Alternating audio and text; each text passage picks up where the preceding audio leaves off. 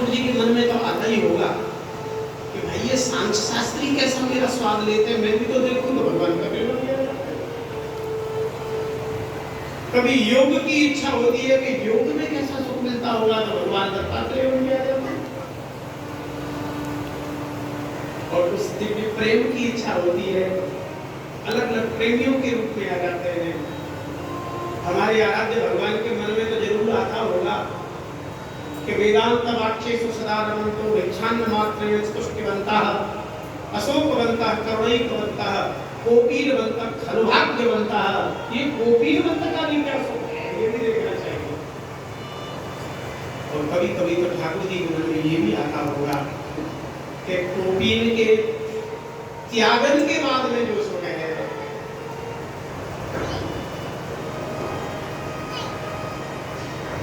उसका भी सुख लेना चाहिए, तो भगवान सुखदेव जी बन जाए। इसलिए सुखदेव जी और कोई नहीं है, हटा ही देना चाहिए कि आचार्य है, कि संत है, कि गुरु है। सुखदेव जी साक्षात श्री कृष्ण है, नंद नंदन रूपस्थु श्री सुखदेव भगवान से। ऐसे उन सर्वोच्च हृदय मुनि भगवान सुखदेव जी को नमस्कार करते हैं। नेम से सूतमासीन मविवाद्य महामतिं कथामृतरसा स्वादः कुशलः सौनकोऽप्यदि। नेमसार में सौनकादि 88 अध्याय ऋषि विराजमान है। उन्होंने महामती श्री सूत जी महाराज को देखा। सौनक जी महाराज का विशेषण है कथा श्रवण में परम कुशल। एक निवेदन करें, कथा सुनने में भी कुशलता की जरूरत पड़ती है, और जो कुशल श्रोता होते हैं उन्हीं को कथा लाभ भी दे पाती है। वो ही ग्रहण कर पाते हैं कि कथा में हमें क्या ग्रहण करना है। और जो कुशलता जिन श्रोताओं में नहीं होती वो तो सुनते रहते हैं, लाभ ज्यादा जीवन में हो नहीं पाता, ग्रहण नहीं कर पाते। सौनक जी महाराज परम कुशल है। उन्होंने सूत जी को देखा और देख करके उनको प्रणाम किया। ज्ञानध्वांत विध्वंस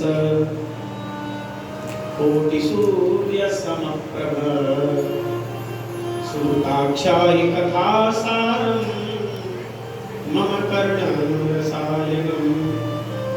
आप अज्ञान रूपी अंधकार को मिटाने में करोड़ों सूर्यों के समान है भगवान। अच्छा, भुवन भास्कर भगवान बाहर के अंधकार को तो रोज ही मिटाते हैं। हम लोग भी भगवान सूर्य के प्रकाश में बैठते हैं, चलते हैं, उठते बैठते हैं, सब करते हैं। ऐसा नहीं है, नेत्र और कान आदि के माध्यम से भगवान भीतर जाते भी होंगे, लेकिन फिर भी तो सूर्य भगवान हमारे भीतर के अंधेरे को नहीं मिटा रहे। मिटाएगा? भीतर के अंधेरे को मिटाने के लिए तो सद्गुरु की आवश्यकता होती है। कोई हरिराम बाबा का पद है, आते वह परमेश जो गुरुदेव के आकार में रहता अंधेरा ही अंधेरा मोह का संसार।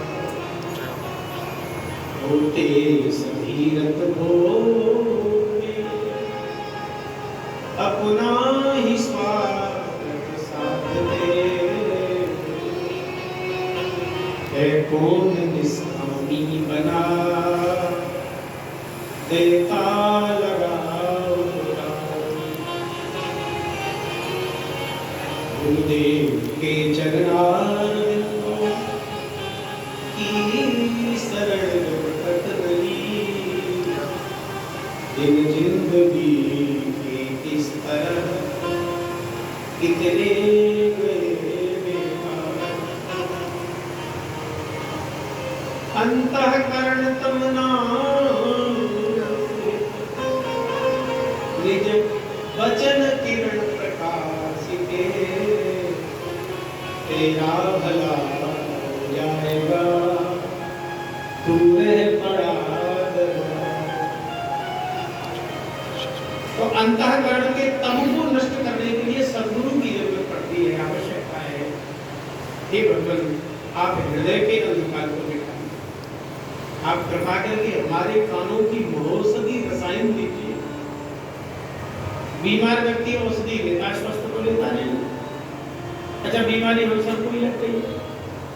और वैसे तो भैया हम लोग सब भवरोग से ग्रसित लोग हैं। और ये भवरोग ऐसा विचित्र है कि छूट ही नहीं रहा है। इनकी जिस दिन थोड़ी सी करुणा हो गई, कृपा हो गई, उसी क्षण कृपा तो है इनकी। कुछ गलती अपनी तरफ से अगर छोड़ने की इच्छा हमारी भी नहीं होगी। कानों की औषधि आप कृपा करके दें, हमें कथा सार सुनाने, भक्ति ज्ञान वैराग्य को परिपुष्ट करने वाला, विवेक की वृद्धि करने वाला, माया मोह को नष्ट करने वाला, वैष्णव करने के बाद इसको कहते हैं। इस घोर कलिकाल में प्रायः जीव असुर स्वभाव के हो गए हैं, क्लेशों से स्वयं ही परेशान हैं। हे भगवान, पवित्रों को पवित्र करने वाला जो साधन है, कल्याणों का भी जो कल्याण करने वाला साधन है, जो श्री कृष्ण की शाश्वत प्राप्ति करावे, ऐसा साधन है। संसार की अनेक अनेक वस्तु हमें प्राप्त भई और इनकी प्राप्ति नहीं भई, तो उन वस्तुओं का कोई महत्व नहीं है। और एक वस्तु नहीं मिली, केवल ये मिल गए तो सब मिल जाएगा। श्री कृष्ण की शाश्वत प्राप्ति की प्रार्थना, कामना हम सबको करनी चाहिए कि सदैव इनकी प्राप्ति का अनुसंधान हम करें। चिंतामणि किसी को मिल जाए, लोक सुख दे सकती है, लेकिन स्वर्ग नहीं देती। कल्पवृक्ष सौभाग्य से मिल जाए तो वो स्वर्ग भी दे सकता है, लेकिन वैकुंठ नहीं दे सकता है, भगवान को नहीं दे सकता है। लेकिन सदगुरुदेव प्रसन्न हो जाए तो वो भगवान को ही दे देते हैं। गुरुदेव भगवान प्रसन्न हो जाए